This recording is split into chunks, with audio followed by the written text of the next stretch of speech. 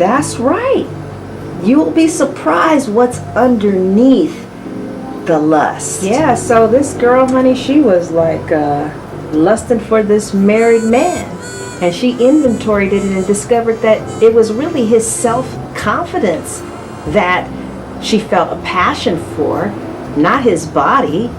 But the lust it was just a misdirected instinct. And as a result of doing an inventory, asking herself, okay, what's really going on? Let's get rigorously honest. Why are you attracted to this man? Or what are you being afraid? Are you afraid of something?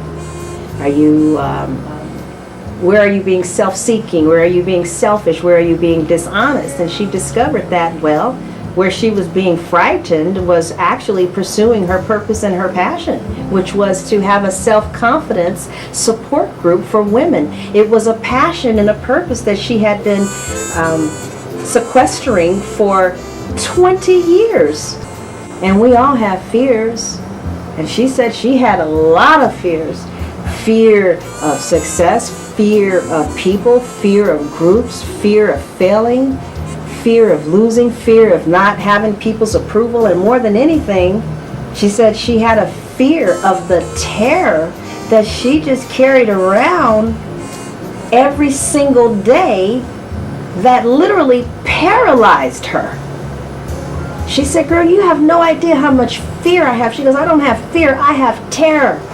And she was afraid of the terror that was paralyzing her to the degree that she couldn't do anything with the purpose and the passion of starting a self-confident group for women. And it was just easier. It would have been easier to just act out that fear for her passion in a lustful situation for somebody who had self-confidence, the very thing that she's put here to do. And she could think that her feelings are really about him instead of them being about a quality that he had.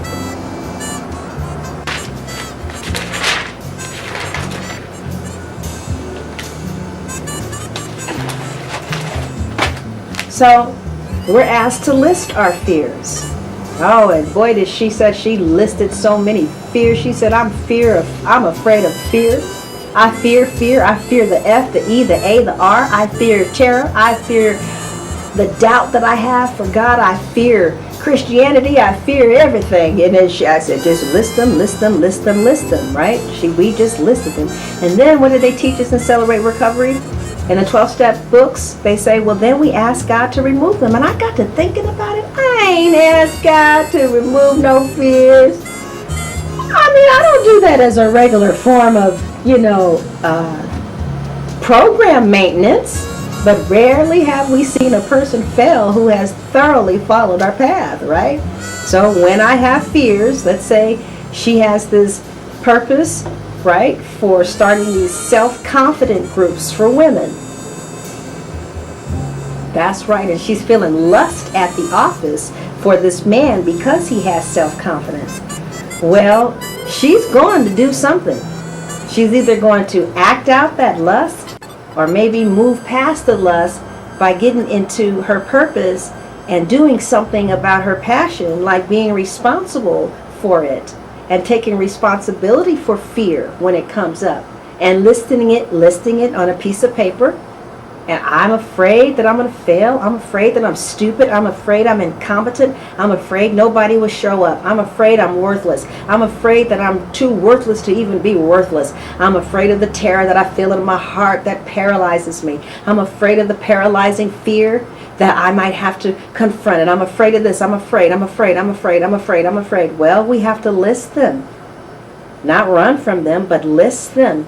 And then they teach us, then we ask God to remove them. Rarely have we seen a person fail who has thoroughly followed our path